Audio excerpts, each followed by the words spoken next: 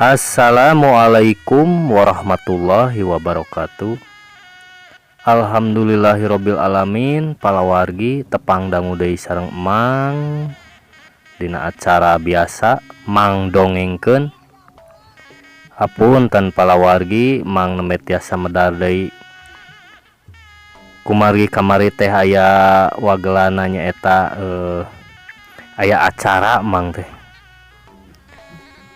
Acara silaturahmi sawargi anu sami mikalanep kana dongeng.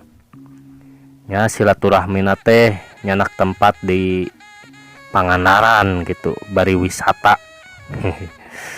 Jantan terang Mang teh tah ka laut basisir Pangandaran teh. Alhamdulillah Mang tiasa rineh deui ayeuna tiasa mintonkeun di dongeng. Hapunten nya sakali deui ka palawargi, Mang rada alat-alatan jeung ngadongengna. Kumargi seueur wae wagelan. Alhamdulillah atuh ayeuna Mang tiasa rineh deui.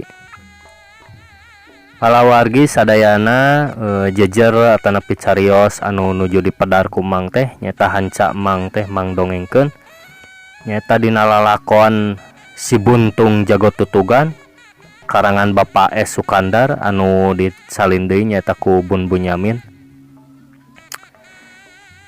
Mangga atuh supados teu nyangkolong teuing kana waktos, urang kawitan wae kumaha jucungna lalampahan Si Buntung Jago Tutugan saterasna. Mangga kaparayun sadayana Si Buntung Jago Tutugan.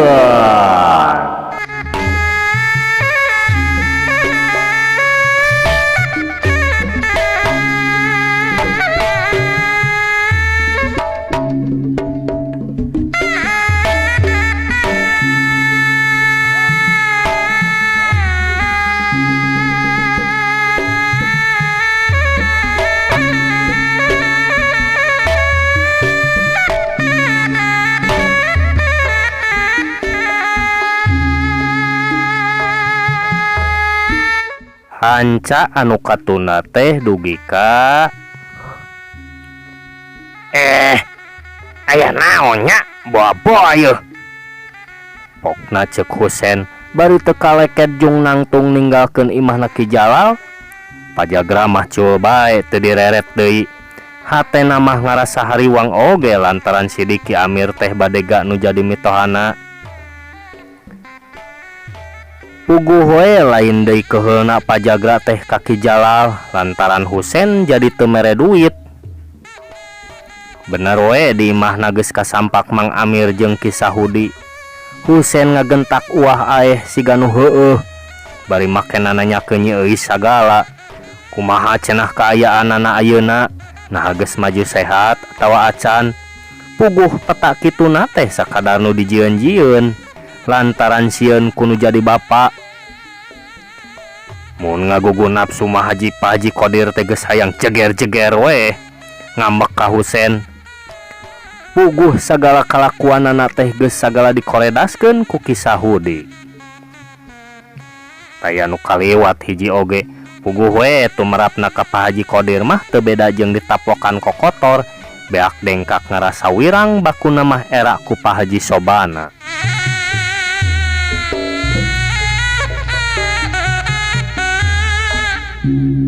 Dek wae Husen teh ditanya, malapah gedang mimitina mah diseseler nya diselesar lalaunan supaya ulah nengkas teuing.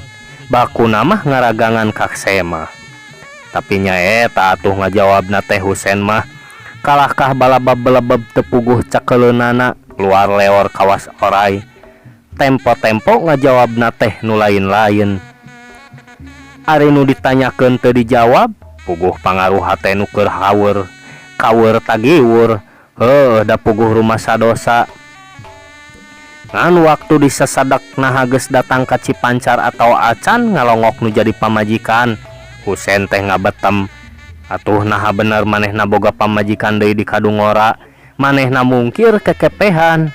Memang ari sanyana mah ari dikawin mah henteu, ngan dipiara wungkul. komo waktu ditalek waktu rek mahalajang dana mah dina mungkirna teh menibari dibarengan ku susumpahan sagala meni murudul.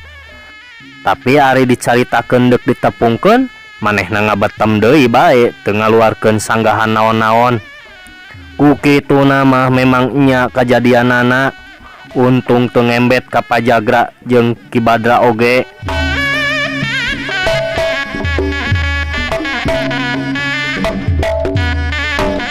Pamustrunganana pok bae Pak Haji Qodir nerangkeun yen ayeuna teh Nyi Euis menta diserahkeun lantaran geus taya harepan cenah diteruskeun laki rabi oge.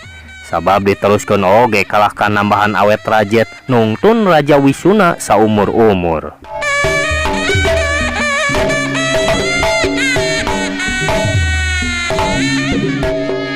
Sawios mah lah, hari kitu mah kahoyongna bade diberesan wae ku abdi. Atuh dageus moan maneh rami judna keur kalakuan teh Sausen. Haji Qodir teu sirikna sentak porongos ngarasa geuleuh ku talajakna nu jadi anak. Tah kitu we Ki Amir, Jang Udi. Saurkeun ka ieu sobana kitu geuning tah kasanggup nanya si Husein teh. Sawios beberesna mah dipengker. Upami teu akang ka ditu, tangtos panginten akang teh bakal ngajurungan nu sanes. Pak Haji Qodir saterusna mere kaputusan ka semah-semahna.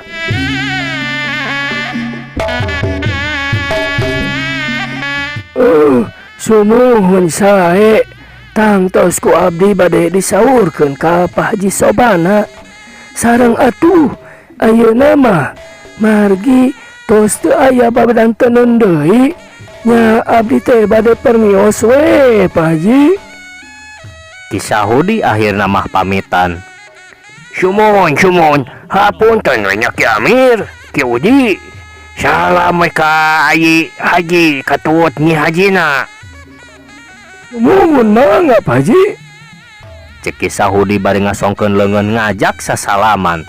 Kitu deui Mang Amir sungsong sasalaman nu saterusna mah marulang deui ka Cipancar. Ari Mang Amir jeung Ki Sahudi arindit anagan tawang bae Pak Haji Qodir teh nyarekan Husein teu sirikna dibudalkeun kabeh. Husein nepi ka ditunyuk nya ditunyuk-tunyuk bari teu sirikna diusir-usir ti imah.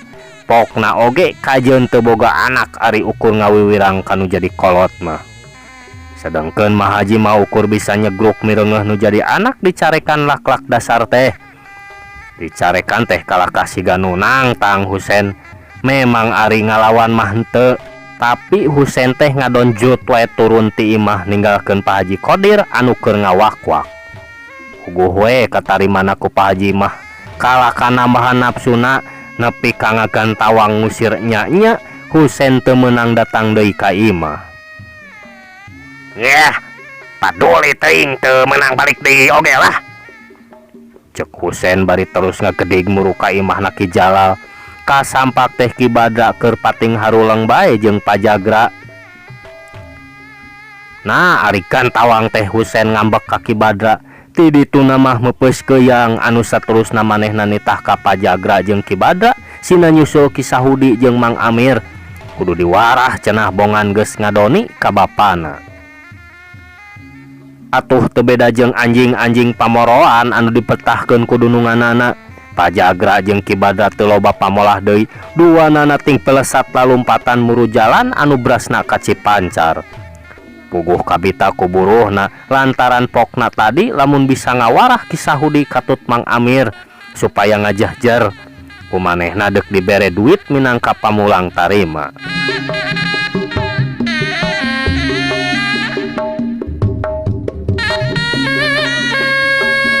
Teulila oge geus kasusul sarta teu antap parah deui ngan gapruk bae duanana ditarajang. Mun Pajagra mah narajang ka Ki Sahudi, Ki Badra mah ngahancam Mang Amir. Ai, nanaonan ieu teh? Siga nu siga nu owah wae sia teh heuh. Bari ngagilak miceun paneunggeuh sanajan bener Ki Sahudi teh beunang disebutkeun wuwudon. tak kencana rada dengdek urut harita basa ditanda sakubah Rowi, tapi ari gerakan nama kacidak kasitna teu gampang-gampang diragap kuno jadi lawan. Alah, moncong ge obatnya capek ya. Ngat di rumah saya siagis ngagogoeng cep kusen ka bapaknya. Cek Pajagra bari hiuk nyambarkeun deui pereupna. Alah, kutan, iya teh cucungikna, andalan si Husen. Iya dibayar sabaraha sia teh, daek jadi anjing kukutna jalma atah warah teh, euy. Cek Kisahudi bari miceun panarajang lawan, bari sakilat ngawangun asangan tapak jalak. Sebrut bereupna ngatius rek netog iga tapi orokaya. Pajagra sakilat ngagilir ngenca bari rikat narik deui leungeunna sarta terus ditikalkeun rek dipake ngababuk careham lawan. Ngan Kisahudi oge teleh kesit ngekentak narik suku kencana ngabarengan badan nyerong ngenca. Hiu tenggelan kepang leungeun katuhu rek dipake ngahanca siku lawan anu geus manco. Pajagra iceus karena gerakan nu jadi lawan sat narik sukuna bari dius nyebrutkeun pereup kencana. Kisahudi ngagero lirih lantaran pereup lawan geus ngagejrot kana carehamna. Lebok ya tak usia binatang. Iya. Bari dek mindo ku timpugan leungeun katuhu, tapi Kisahudi sarajan bari nyanyautan carehamna. Rikat ngecengkatkeun suku kenca ka tukang, gilek ngenca bos tenggelan Pajagra teh ngahanca angin. Hiuk geus tigelang leungeun Pajagra dihanca tenggelan kepang, disusul tepus ku hiuk. Jot berep katuhuna awor jeung kadona Pajagra. Ya geuy, dobagi. Ayeuna mah Pajagra nu ngagero hiuk jebro deui pereup katuhuna ngahanca careham. Ya giga. Pajagra ngakerung bari sirahna ngadeunghengak. Heat jedak beteungna dijejak koleang keblak bae Pajagra nangkarak pengkang. Kuntan jaga, ku aing dibayar sekalian tajeng rentenna. Komo ngalawan aing, ngalawan anak aing wae si Ani, cenah sia mah jejeri. Cek Kisahudi ngahaja ngomong kituna teh nu dipalar bisa ngaruntageun hatena Pajagra. Jeung Kisahudi luncat bari ngaheatkeun dampal sukuna, maksudna rek dipake ngajejak sirah. Ya bik heuya koplok. Pokna bari ngacorelat hudang sarta ngacaul mundur bari nalikeun tali kapretna anu merosot. Ku kituna mah lumayan oge daya tahan mah, sakitu ditoron ku panimpug oge masih bisa hojah, bari dina hatena mah ngagerentas. Bener kitu ieu teh bapana si Andi. Rada ngarempod oge hatena tapi ras deui inget kana buruh, teu mikir deui sabrut deui narajang. Gilak Kisahudi dina gerakan pangamuih nyao-nyao geus aya tukangeun Pajagra. Hiuk dampal leungeunna rek dipake ngetig punuk. Orokaya Pajagra teu cileureun sakali ieu mah. Lantaran karasa hiukna angin kana punuk gentak malik 80 derajat. Pereupna nyampek gilak ngabalieureun beungeutna. Bareng jeung ngaplosna panimpug lawan hiuk pereup kencana rek notog dada. Gilak Kisahudi ngenca bari ngetig pigelang lawan. Pajagra rancingeus leungeunna ditarik marengan suku kencana nu ditarik ka tukang. Sok pereupna pereup katuhuna ngatius dibarengan ku ngangsodna suku kenca. Jot gemis deui ngahanca gado. Kisahudi ngagerung deui dius pereup kenca Pajagra rek mendo gado. Ngan bae Kisahudi sangeuk ari gadona kudu dihanca deui. Ngabentak manehna ngalalapkeun padana cerelat ka katuhun lawan bari ngatiuskeun pereupna rek nyasar ke kemplong. Anu tumrapna ka Pajagra lain di kieu ruasna, jeung ngarasa seueul anu pohara tacan ge bisa nanaon. Kisahudi geus sok aya tukangeun dina gerakan pangamuy sarta teu antap parah deui ngajebro wae pereupna teu mis deui ngahanca punuk. Salontod Pajagra nyolontod rek ti kusuk, tapi manehna masih bisa ngawasa badana sarta gentak malik. Ngan Kisahudi teu mere kesempatan sama sakali ngagentak manehna nyusul tepus. Hiu pereupna ngetius bangbaraan. Pajagra sakilat ngalius nyalametkeun beungeutna, tapi pereup kenca Kisahudi teu kanyahoan geus ngadius. Jot dayagdag Pajagra rek ngeragrag deui. Gadona dipindo deui ku gedoran siku. bareng jeung ngagerung kedebut bae pajaga labuh nang karak bengkang.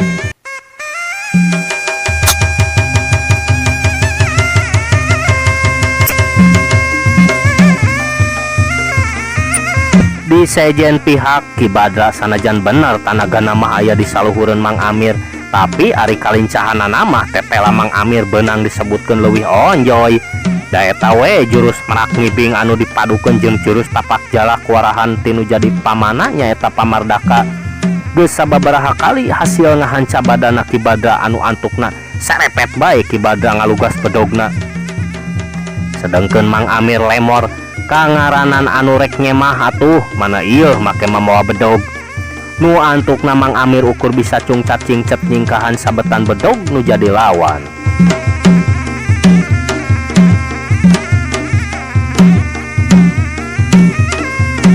Hal kitu teh teu beda jeung kisah Hudi, harita manehna oge kadeseh lantaran pajagra geus ngaluarkeun bedogna. Mogal ya ya. Gorowokna marengan hiukna bedog anu nyewuk di gigi rek ngalapeung. Lap kisah Hudi ngareundek gila kakenca lantaran ayeuna mah bedog lawan nyuruntul rek meulah sirah. Ditakis lain takis-takiseun. Otak. Ya ya. Pajagra ujug-ujugna gerog bari celik bae bedogna murag lantaran kana sikuna ngadadak aya nu ngabeletak sarta leungeunna karasa komper. Waduh. Ayeuna mah Ki Badra anu ngagero teh sarta sarua deui bedogna murag tina cepenganana. Teu adil euy, ari main pakarang mah. Kadenge hiji sora bari dituturkeun ku anu ngurumuy tina dapuran saliara. Sing horeng Andi Palawargi anu tita tadi nyerangkeun tinu Suni waktu mireungeuh pajagra jeung Ki Badra ngalalugas bedog ku manehna dipalengpengan ku batu saukuran muncang. Ningali anu ngarongheap datang lain deui pajagra jeung Ki Badra soakna teu beda jeung disampeurkeun ku maung lapar. Teu loba mikir deui ngan pelenyang bae duanana lalumpatan teu sirikna notog-notogkeun maneh. Bedogna mah cul bae ditaringgalkeun.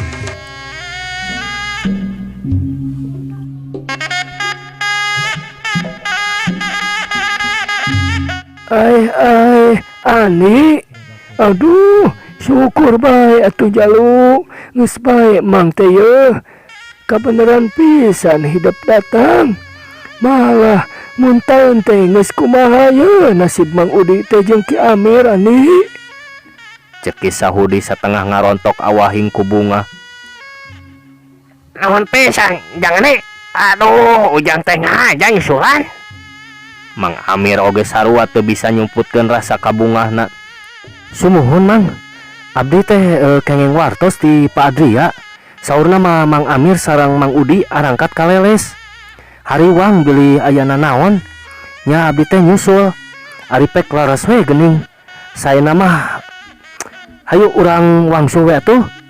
Cek Andi bari neuteup kanuduaan. Geus kitu mah bral bae tiluanana baralik ka Cipancar.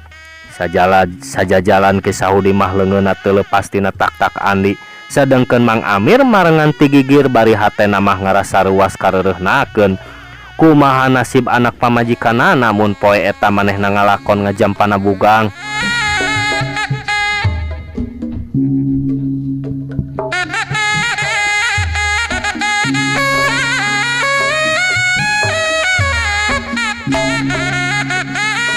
Palawargi sadayana anu saratia manco. Cag urang tunda heula Andi kisah Hudi jeung Mang Amir. Ayeuna urang nyaritakeun deui ngeunaan karna anu kabur deui ti lemurna terus mangprung ke arah jalan anu kawana raja. Sanyana mah losna kalbah dinya teh estuning tanpa tujuan. Puguh sasatna anu keur sabulang bentor sieun kapanggih kuno jadi bapa anu geus kanyahoan nyusul-nyusul. Tadina mah make aya pikiran rek mengkol ka lemurna, tapi malah nambah-nambah kabingung. Sahanteuna geus aya di lembur mah manehna bakal hantam di jujurung sangkan indit ka Cicapar nepungan gumilar. Harita teh manehna geus nepi ka lembur sadang, rag heula eureun ngareureuhkeun ka capek jeung lantaran ngadadak bingung kudu kumaha lalampahan. Ret manehna kahiji jalan jajahan anu ngabulungbung katuhueun jalan gede, pikirna teh kumaha behna bae nyasab oge moal ujug-ujug ka Kamerun sugan. Kitu garentesna karna jalan teh terus mudun sarta pungka pengkol kenca katuhuna mayakpak di kebonan palawija, malah kebon bako oge kacida legana. Di beh dituna sawah keur mejehna rampak pibuateun, imah-imah rentu sisi jalan anu kaliwatan nganyak itu masih keneh ancal-ancalan, malah anu disebut lemur oge suhuna nama can gegek bener. Teuing geus aya sababaraha jamna manehna leumpang, mimitina mah ngagedig rusuh bangun aya nu diburu, tapi lila-lila mah ngalenghoy bangun anu capek. Kesang namah geus tita tadi mula ngagarajag maseuhan beungeutna, geus puguh tonggong namah geus rapat jeung baju anu dipake lantaran cipruk ku kesang. Ret kahareup jalan teh kalahkah beuki nanjak, koloyong manehna kana handapeun tangkal suren rek reureuh heula. Ngareret ka sakurilingna taya imah-imah acan pikeun bisa dipentaan cai lantaran ti koro geus karasa garing.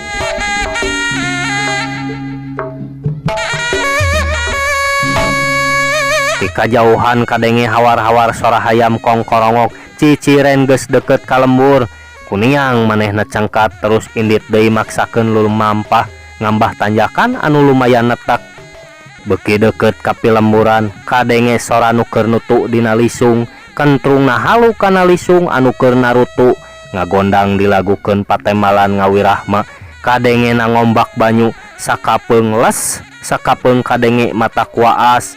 Ayeuna mah dina mana, ayeuna mah di mana boanya palawargi tiasa ngupingkeun anu ngagondang nutuan pare dina lisung tehnya.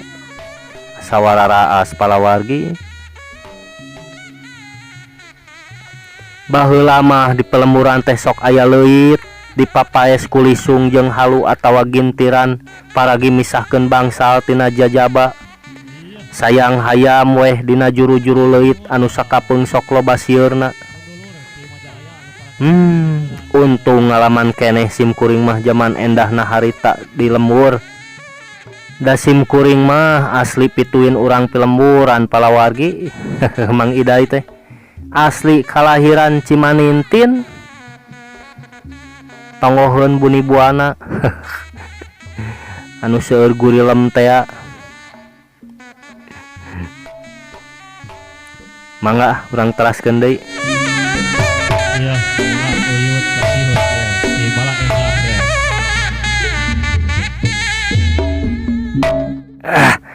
Dek muru kadinya engko sagedeung deui panon poe lingsir ngolon yeuh. Cek garentesna hate karna gidig muru ka eta lembur. Senggah namah nataku ngambah tanjakan nu beuyedug lantaran katigaan kahalodoan. Sabot manehna ngalenghoy nu dinu nanjak, anak korobas teh tinu gawir aya domba anu luncat ka jalan. Talina we ambay-ambayan panjang naker, sing horeng leupas tina panyangcangna, sarta terus diberi ku ngangona budak lalaki kira-kira umur 12 tahunan. Lantaran luncatna ka palebah manehanana pisan, puguh we karna teh lain deui ruasna, sugan teh maung anu deuk ngakebunuk. Si dombanya kitu keneh deui ari gajret teh, nya ari gejret teh, ari jeret teh sarta ngejat samarukna nu deuk ngepung manehna. Seak lumpat kalebak tapi tambangna katincak ku karna domba teh ngadon malik ngeak ka manehanana lantaran ngarasa nyeri meureun dumeh beuheungna kacekek. Geus kitu si domba teh ngadon muih kakatuhun karna beretak deui lumpat kalebak puguh we atuh suku karna jadi katalikung ku tambang. Barang domba lumpat satakerna koleang kedebut bae karna titotog. Geus untung teu terus kagusur oge lantaran tambang teh jadi lesot.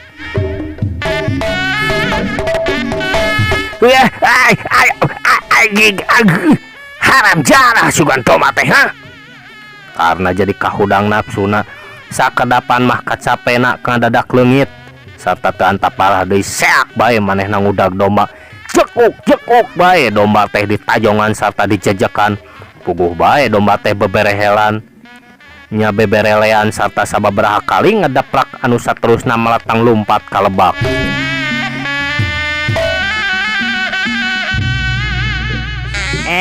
Nah emang domba batur disiksa gitu. Budak lalaki teh ngagorowok mencong ka karna bari muringis. Domba teh jauh dulu dikesebalan kusia diheureyan murenya. Karena murang maring bari gidig nyamperkeun ka budak lalaki anu geus undur-unduran bakating kusieun. Berebat bae lumpat ka tonggoh bari sungutna teu eureun gogorowokan majarkeun aya nu gelo merkosa domba. Aduh poharanya. Anu tumarapna ka karna lain deui nafsuna, mun kongang mah hayang terus ngudag rek dipekem tah sungut budak nu lancang teh. Maka jeung nuduh dek merkosa domba palawargi. Orok kaya keur mah geus capek katurug si budak teh lumpatna meuni malatang sarta tarik pisan lain udageun. Teu lila oge geus teu katingali deui. Binatang sia ngarekan jalma purung ka aing. Karena gegeleneng sorangan bari ngarekuh nanjak nepi kareng hapranjug. Teu burung akhirna mah manggih nu datar, gek manehna diuk dina batu ngareureuhkeun ka capek. Ret kanu deuk di sorang jalan teh ngabulungbung sarta bala ku jujukutan. Hah, urang mana cenah pebengi teh? Cek karna bari rurat reret nempoan ka sabudeureun anu tetela eueuh imah hiji-hiji acan. Ukur rajeg tangkal suren pasalang jeung tangkal jengjing. Kakara oge dek cengkat nuluykeun deui leumpang korobas ti gigireun jalan aya nu ngakorobas luncat ka tengah jalan. Breh hiji aki-aki anu pangawakanana pecekrek tapi nu mata kaget teh eta gerakanana kacida enteng sarta rancingeus. Kebeg manehna jadi inget ka aki-aki anu harita pernah patelak jeung manehna waktu Andi ti gorobas kana gawir tea. Tapi nu leuwih mata kukurayeun mah waktu karna ningali beungeutna sidik lain aki-aki anu ti heula. Lantaran ieu mah beungeutna pinuh ku tapak kuris.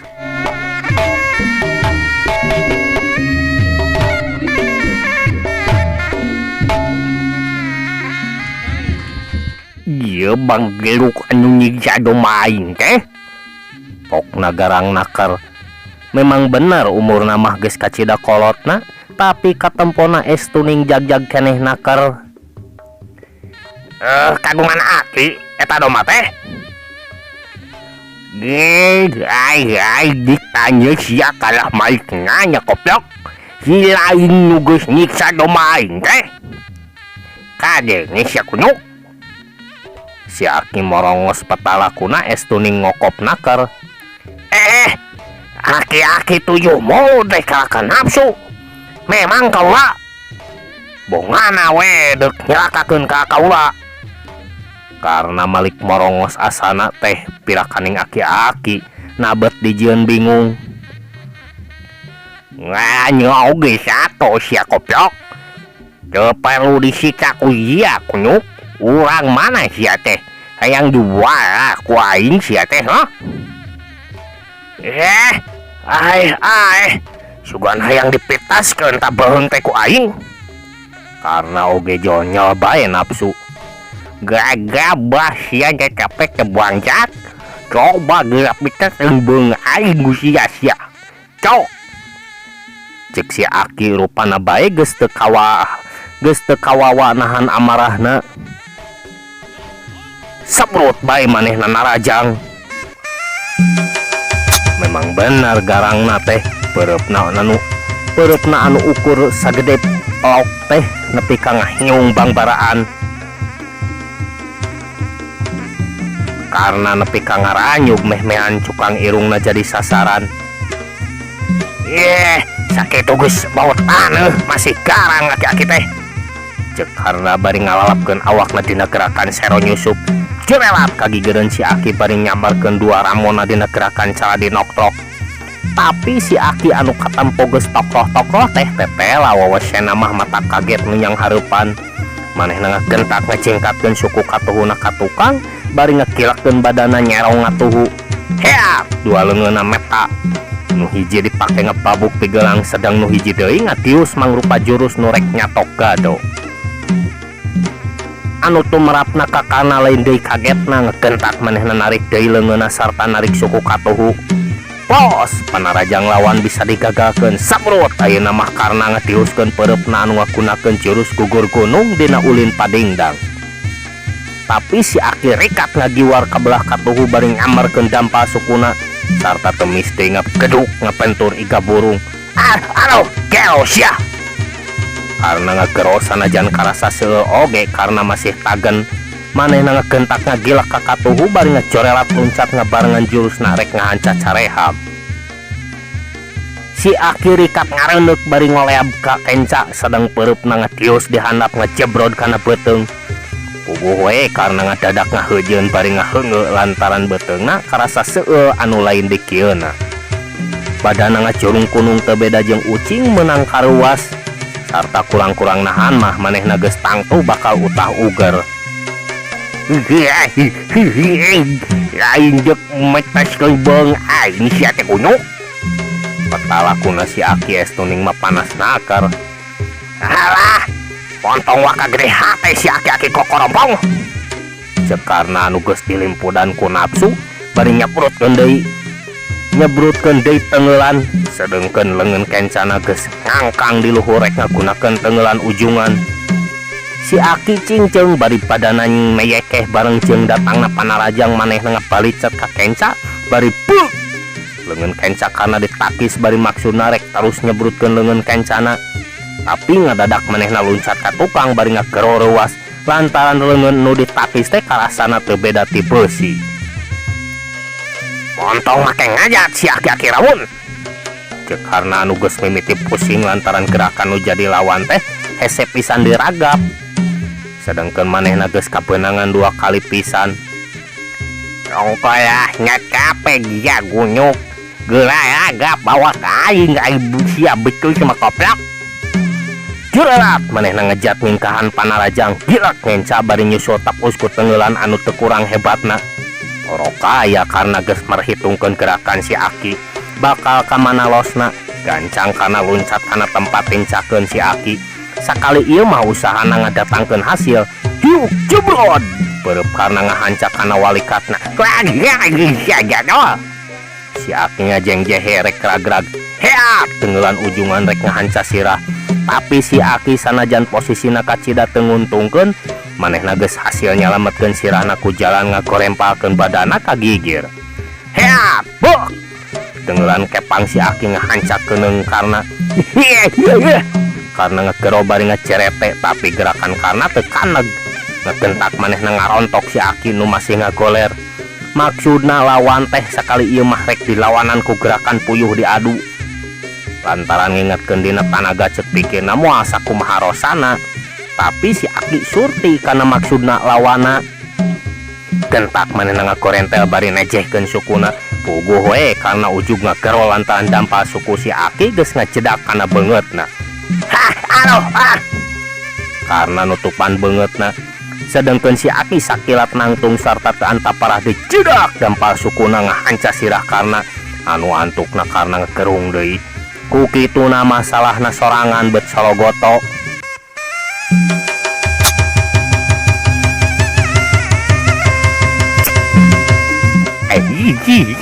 Udah jaga lu. Curhat ngajak lu kawas bolong mah. Si Aki ngeyehkeun.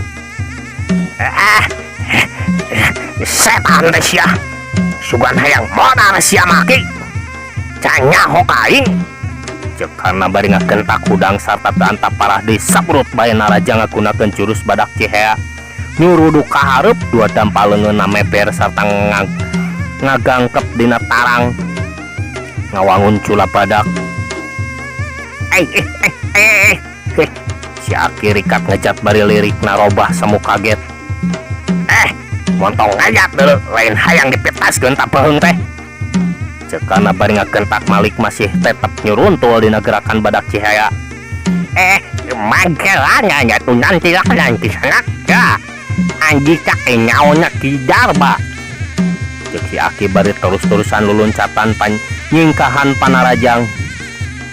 Nyao dulu aing mah teh nyaho nu ngaran si Atang si Atang nu ngaran si Darba. Cek karena bari tetapi nasayaga.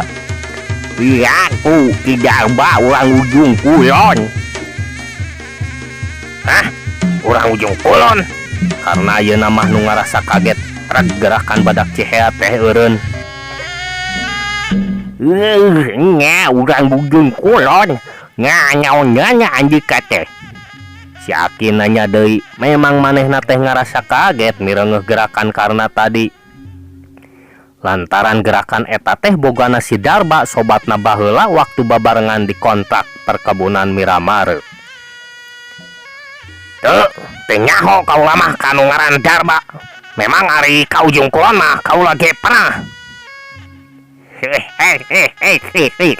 Bila aku gisanak manehna teh muridnya Bah Jagur.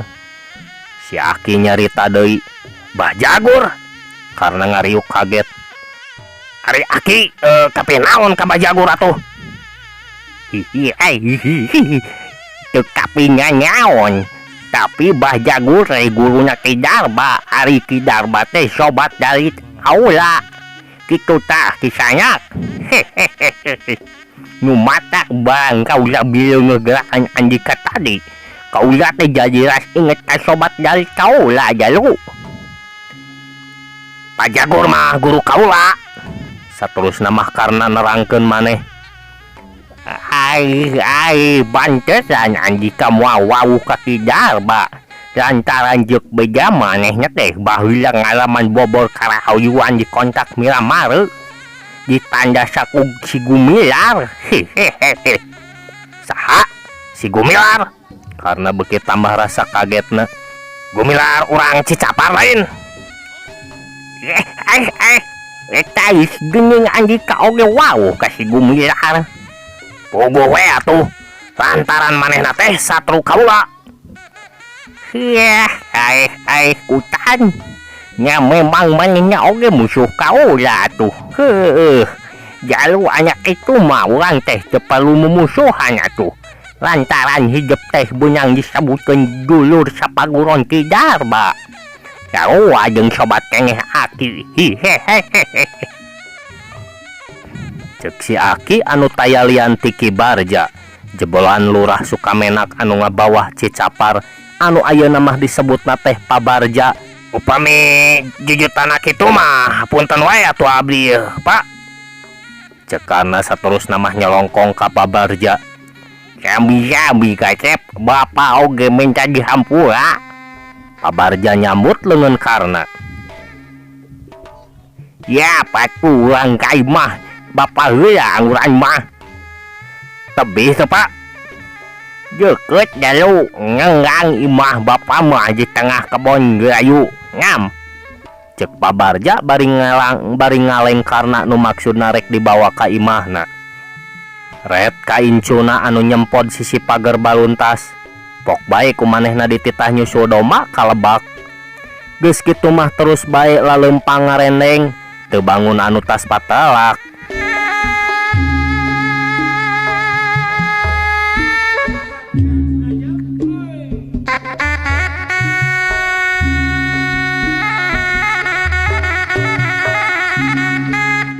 Cag urang tuna heula karna anu rek guguru ka Pabarja.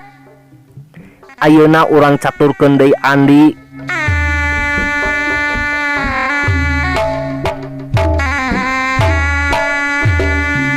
Pikeun Andi ayeuna ayana di Cipancar teh kalahkah nungtun hareudang bayeungyang. Sapopoena ngan elek kesekeng teu ngeunah cicing. Teu rek kitu kumaha tuh teu sirikna ampir unggal poe jang dana teh ngeukehan ngajak ka imahna. Teu digugu kumaha siga nu goreng hate ari digugu kumaha da geus tangtu bakal bantrok jeung Nyi Euis. Malah Pak Haji Sobana oge nitah pernah harita oge kadatangan nya ngadatangan imah Kisahudi ngahaja nepungan Andi. Saperkarana mah geus sono hayang papanggih lantaran Andi teu embol-embol. Kaduana deuk nganuhunkeun kana pitulungna Andi kajang dana. Malah kajadian Mang Amir jeung Kisahudi anu dicegat ku Ki Badra Katut Pajagra oge geus kadengeun ku Pak Haji.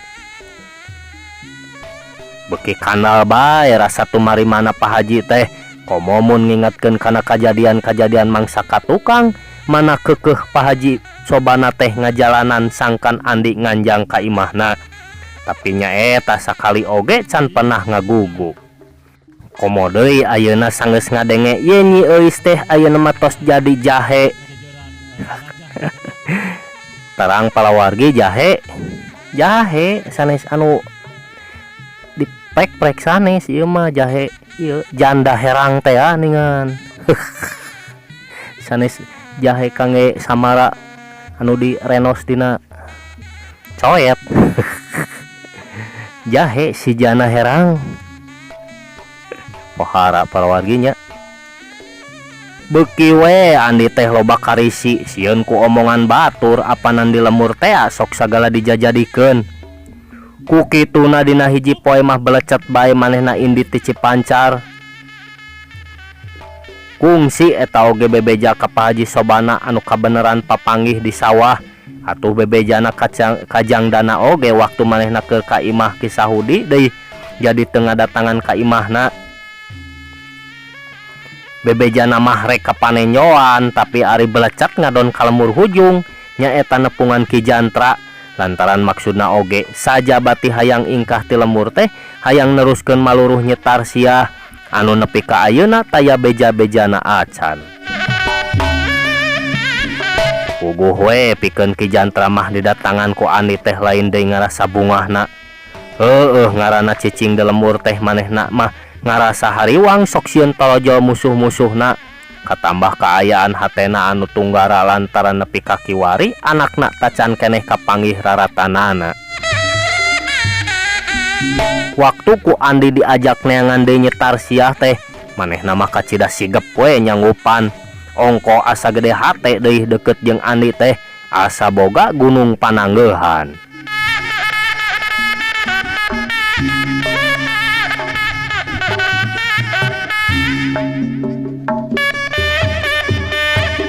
Tekung si dua poe bring bae arinit maksudna dekat tambak baya heula nepungan Aki Musani.